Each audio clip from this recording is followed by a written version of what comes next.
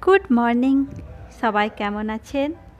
মা বিপত্তারিণীর কৃপায় সবাই ভালো থাকুন, সুস্থ থাকুন। তো আমি একদম রেডি।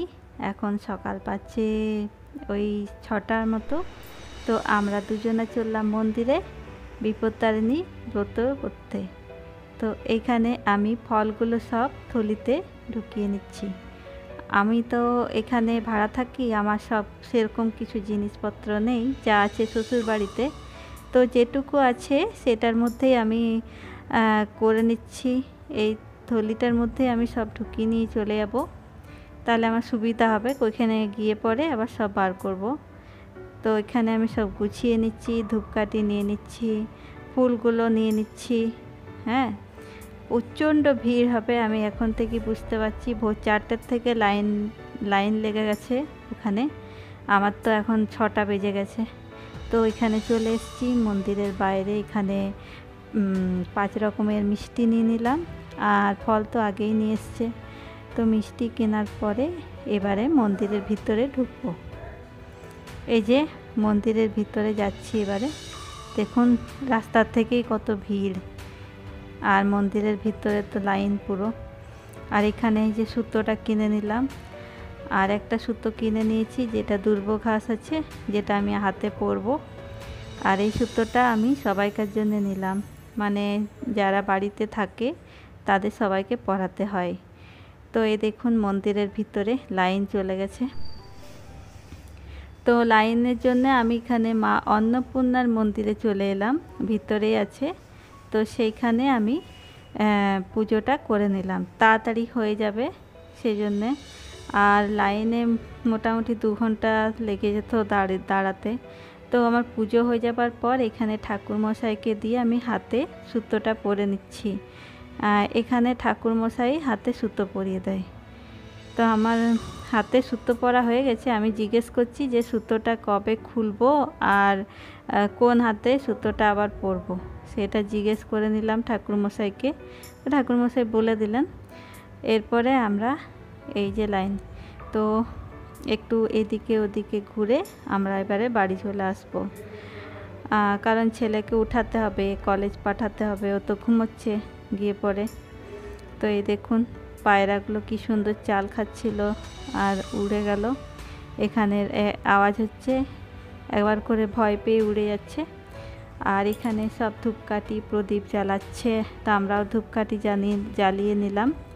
আর খুব সুন্দর লাগছিল এখানে দাঁড়াতে, এই চারিদিকে দেখতে খুব ভালো লাগছিল।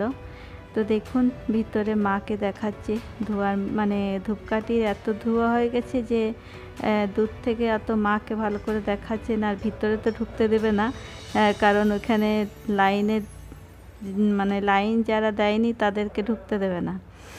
এরপরে এখানে আরেকটু ঘুরে আমরা বাড়ির দিকে রওনা দিলাম। তো মন্দির থেকে আমরা বেরিয়ে আসছি। এই যে দেখুন এইদিকে দোকানগুলো আছে, যারা ফুল, বেলপাতা আর এইসব প্যাড়া মিষ্টি এসব বিক্রি করে। এই যে মন্দিরের এটা দরজাটা। তো আমরা এখান থেকে ওই যে সামনের রাস্তাটা আছে ওই দিকে ঢুকে যাব। আমাদের বাড়িটা ওই দিকে, ওই সামনের রাস্তাটা। তো আমরা ওইদিকে হয়ে বাড়ি চলে আসবো। তার আগে মনে পড়ে গেল যে আমার গঙ্গা জলটা শেষ হয়ে গেছে। তো আমি বললাম যে গঙ্গা জলটা নিয়ে নাও এখান থেকে। তো গঙ্গা জল নিয়ে নিলাম 1 বোতল। আর ওর তো আবার বেসনের লাড্ডু খুব পছন্দ করে। চলে এসেছি, এবারে বাড়ির পুজোটা করে নিই। আর সকাল সকাল হয়ে গেছে, কারণ আমি তো বেশি লাইন দিইনি। আমি মা অন্নপূর্ণার মন্দিরে পুজো করে নিয়েছি। অনেক বড় লাইন চলে গেছে, 3-4 ঘন্টা লেগে যেত লাইন দিয়ে। তো এই যে প্রসাদগুলো দেখছেন, এটা আমি উপরের কাকুকে দেবো প্রসাদ। বললাম যে উপরে কাকুকে প্রসাদগুলো দিয়ে দাও, নারকেলটা ভেঙে দাও, তাহলে উপরে দিয়ে দিই একবারই। কারণ প্রসাদ পড়েই থাকে, খাওয়া হয় না। একবারই সব দিয়ে আমরা 3 জনে খেয়ে নেবো বাকি প্রসাদগুলো। তো প্রসাদ খাওয়া হয়ে গেছে। আমার সকালে ব্রেকফাস্ট করে নিয়েছি, আজকে ওটস খেয়ে নিয়েছি। ওই প্রসাদগুলো দিয়ে। আর এইবারে আমি দুপুরের জন্য এইখানে ডাল, ছোলার ডাল বানাবো। তো ছোলার ডালটা ভিজতে দিয়ে দিলাম। আর এই যে এইখানে বানাবো লুচি। তো লুচির জন্য এখানে আটাতে আমি সিন্দুক নুন আর এই জোয়ান দিয়ে দিলাম, আর একটু হালকা তেল দিয়ে দেবো। এই যে হালকা তেলটা দিয়ে দিচ্ছি, আর এটাকে খুব ভালো করে মাখতে হবে। তো আমার আটাটা মাখা হয়ে গেছে, আর আমি এখানে ডালটা চাপিয়ে নিচ্ছি। তো তেল দিয়ে তার সঙ্গে গোটা জিরা আর গোটা গরম মশলা দিয়ে দিলাম। এরপরে আমি ছোলার যেটা ভিজতে দিয়েছিলাম সেটা দিয়ে দেবো। বাস, এটাকে অনেকক্ষণ ধরে ভালো করে ভাজতে হবে। তো ভাজতে ভাজতে আমি দিয়ে দিলাম নুন, হলুদ আর জিরে গুঁড়ো, ধনে গুঁড়ো আর একটু কাঁচা লঙ্কা আর একটু আদা বাটা এইসব দিয়ে ভালো করে আবার নাড়াচাড়া করে নিলাম। নাড়াচাড়া করে আর জল দিয়ে দিলাম, একটু মতো চিনি দিয়ে দিলাম। মানে একবারই ভেজে বসিয়ে দিলাম। আর এটা খেতে খুব ভালো লাগে, একটু বেশ মাখা মাখা হবে। আর এই যে লুচি আমি করতে আরম্ভ করে দিয়েছি। তো এখানে লুচি করছি।